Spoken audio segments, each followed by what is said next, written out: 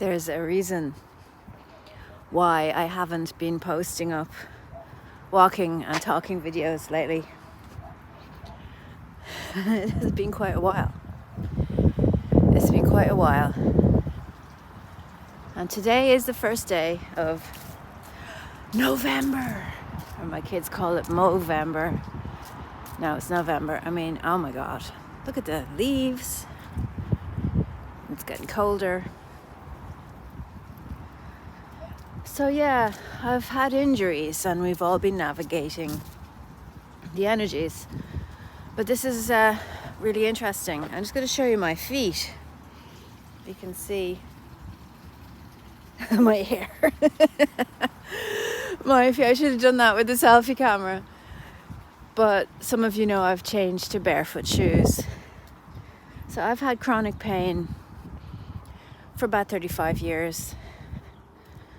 I'd say even more. Yeah, it started in my 20s. So I'm 53 now. It started in my 20s, definitely. So I changed to barefoot shoes last July. And as I said, this is November.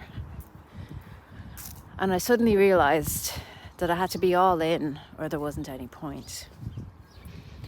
So these shoes I'm wearing now are actually the first pair of shoes that I got, and I just got them because they were purple and they looked fun. I didn't like the toes. I didn't realize the toes would be so obvious. My children hate these. They're embarrassed when I go out in them. But anyway, I started slowly, a couple of hours a day, and I built up to most of the day pretty quickly. I think during the summer you're mostly wearing sandals and they're kind of barefoot anyway. But what happened was that the muscles in my right leg, which never really worked properly all these years, started to activate and started to work. They switched on. And I started feeling, now this is a bit rude, I started feeling my bum working. So I thought, oh my God, this has been the problem all these years. One of them is that my leg just hasn't bothered to work. And I found that very interesting. So I thought, right, well, this is the right thing to do. So, okay, I went a little bit mad buying all the different kinds of shoes.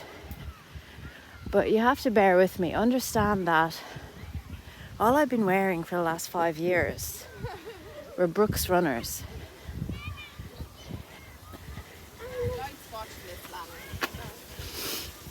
That brand in particular, because I had my gait analysed, put me on the machine, and they told me that these ones will give me stability and support. And they analysed me walking in them. So I bought 3 pairs of them, and all my other shoes were just left in the cupboard for 4 years. See, you know me from videos and Zoom, you don't know what I'm wearing on my feet.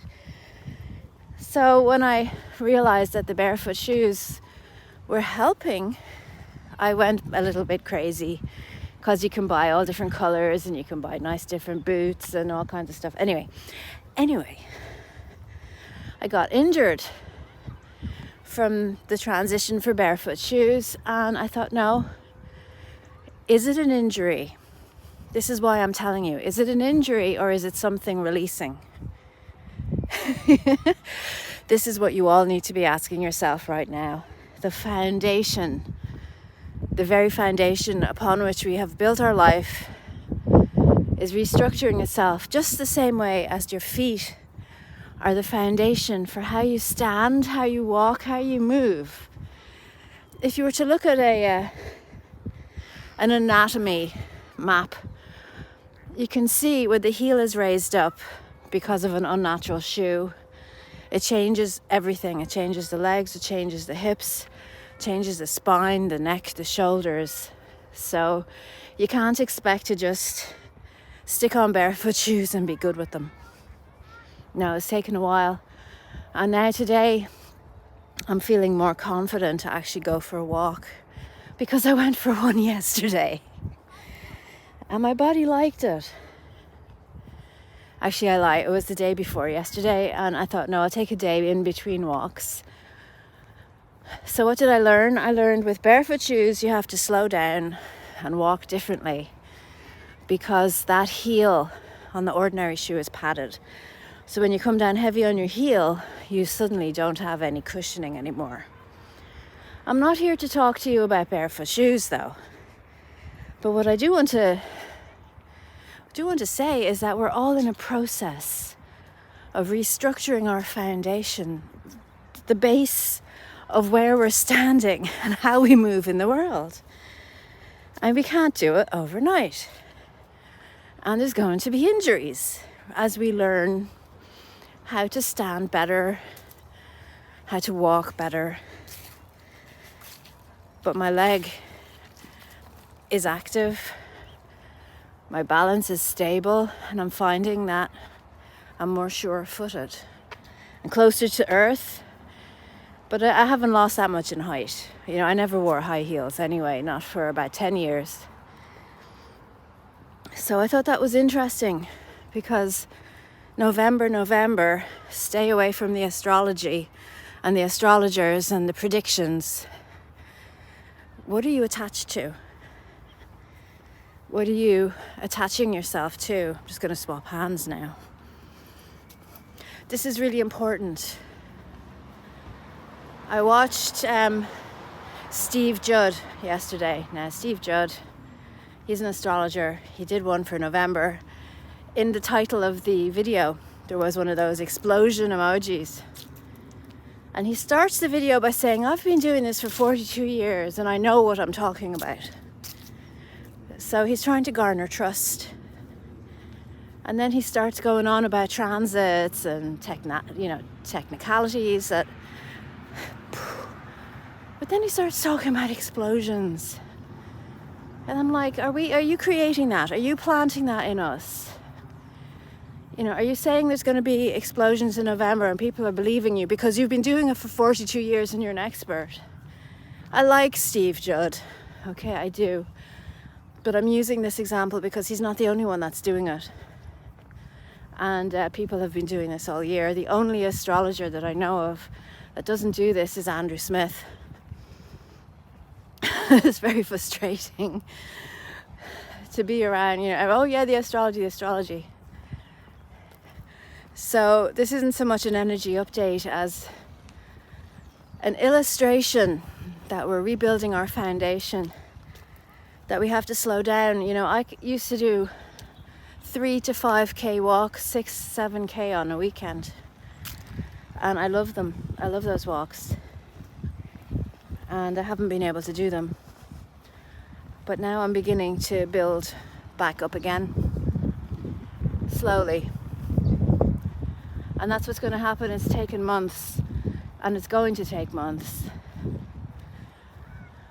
And before I go, because I like to keep these videos short, I just want to give you a wee note on manifestation, because of Steve Judd planting it that there's going to be explosions, sending out the ripple that we're now expecting explosions. Oh, look, there's an explosion. I was out at a concert last night with my son, and I know he won't mind me telling you this. We were sitting there having a drink before the concert started, and I said to him, if money was no object and you could get any band in the world, you see, I need to get to know him because his tastes are quite eclectic. So you could get any group, any band in the world to play for you in the concert hall, just you, who would it be? He named a band almost straight away, and he said, they wouldn't play in the concert hall though, it's the wrong vibe. And then I said, are they coming to Dublin? Have they ever been? He's like, no. I swear to God, I'm going to stop because this is just huge. His phone beeped before we were finished our drink, with his friend sending him a webpage to say, look who's coming to Dublin. You need to get tickets. And it was that band. I mean, I didn't even have to say this, you guys knew. It was that band. Instant.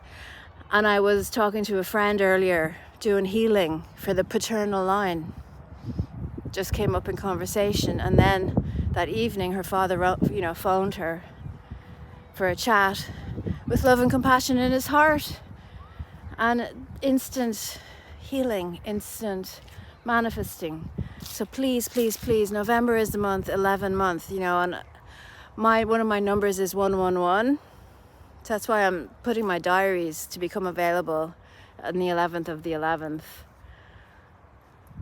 111 for me means watch your thoughts.